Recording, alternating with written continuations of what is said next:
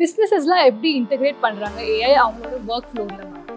Day to day லைஃப்பில் எப்படி பிஸ்னஸ்க்குள்ளே AI integrate பண்ணலாம் அப்படின்னு பார்த்தீங்க அப்படின்னா, கஸ்டமர் சப்போர்ட்டுக்கு சாட்பாட் யூஸ் பண்ணலாம். கொஸ்டின்ஸ் வந்து நம்ம பதில் சொல்லுறது பதிலாக கஸ்டமர் டைரெக்டாக சாட்பாட் கிட்ட கொஸ்டின்ஸ் போஸ்ட் பண்ணால் ஆன்சர்ஸ் தர மாதிரி வச்சுக்கலாம்.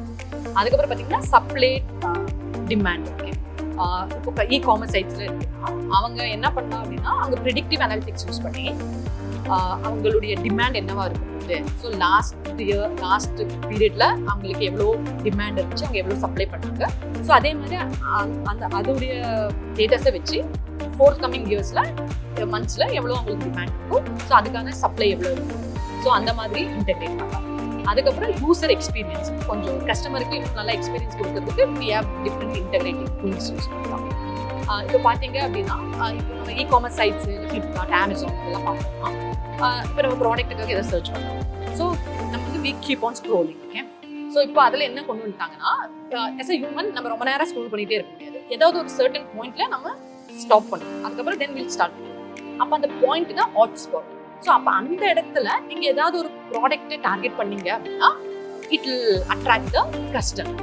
ஸோ இட்ஸ் லைக் நிறைய இந்த மாதிரி நம்மளுடைய ரெகுலர் பிஸ்னஸில் இந்த மாதிரி ஏஐயை நிறைய இன்டெகிரேட் பண்ணலாம். அதுக்கப்புறம் இன்னொரு எக்ஸாம்பிள் பார்த்தீங்கன்னா, தே சி யுவர் ஃபோட்டோ அப்படின்னு ஒரு டூல் இருக்கு.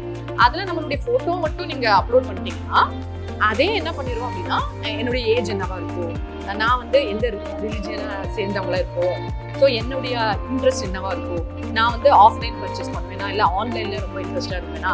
ஸோ இந்த மாதிரி கஸ்டமருக்கு நீங்கள் மொபைலை டார்கெட் பண்ணிங்கன்னா வாங்கிடுவாங்க, இல்லை அவங்களுக்கு அக்சசரியில் ரொம்ப இன்ட்ரெஸ்ட் இருக்கும். ஸோ அந்த மாதிரி ஜஸ்ட் ஒரு ஃபோட்டோ அதை வச்சே என்டையர் நம்மளுடைய ஃபுல் ஒரு ஹிஸ்ட்ரியே வந்து அந்த டூல் வந்து கொடுத்துரும். ஸோ அப்போ இந்த டூலை வச்சு so they'll target the customers. Okay, so these are the ways you can integrate your AI into your real business.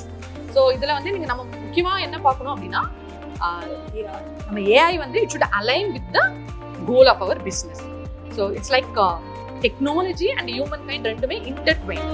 So இந்த ரெண்டுமே கலந்து தான் work பண்றாங்க. இவ்வளோ ஏரியாஸ்ல ஏஐயோட இம்பாக்ட்